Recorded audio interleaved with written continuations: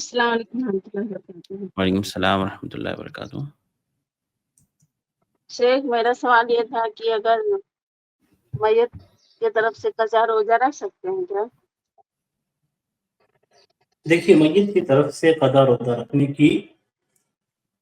جو صورت ہے وہ یہ کہ میت نے نذر مانی ہو اور اس نذر کو پورا نہ کر سکا ہو تو ایسی صورت میں اس کی جانب سے روزے رکھے جائیں گے۔ دوسری صورت یہ ہے کہ میت کے اوپر فرض روزہ ہو،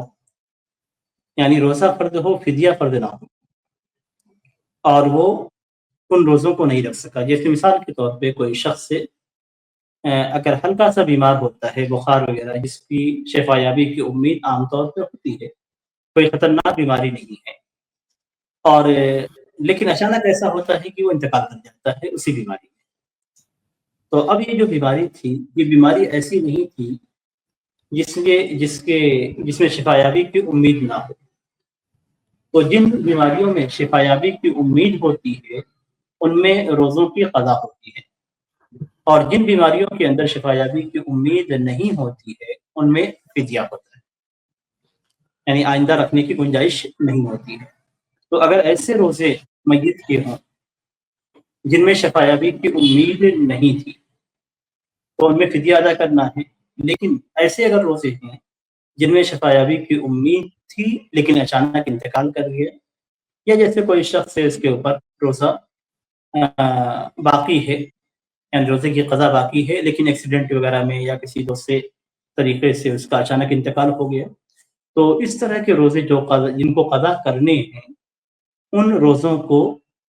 اس کے گھر والے کوئی بھی شخص رکھ سکتا ہے، اس لیے کہ نبی اکرم صلی اللہ علیہ وسلم کا فرمان ہے کہ من مات وعلیہ صیام صام عنہ ولی، کہ جو شخص انتقال کر جائے اور اس کے اوپر روزہ ہو،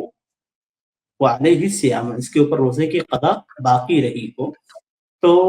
اس کے جو گھر والے ہیں اس کی جانب سے روزہ رکھیں گے۔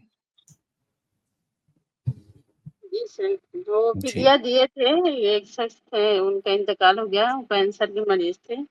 تو ان کے گھر والے فدیہ دیے تھے، تو یہ پوچھ رہے تھے کہ کیا میں روزہ بھی رکھ سکتی ہوں یا فدیہ سے ہو جائے گا؟ نہیں، اگر کوئی شخص کینسر کے مرض میں انتقال کرتا ہے اور اسی مرض کے روزے چھوٹے ہوئے ہیں تو ایسی صورت میں اس کی جانب سے فدیہ دیا جائے گا، روزہ نہیں رکھا جائے گا۔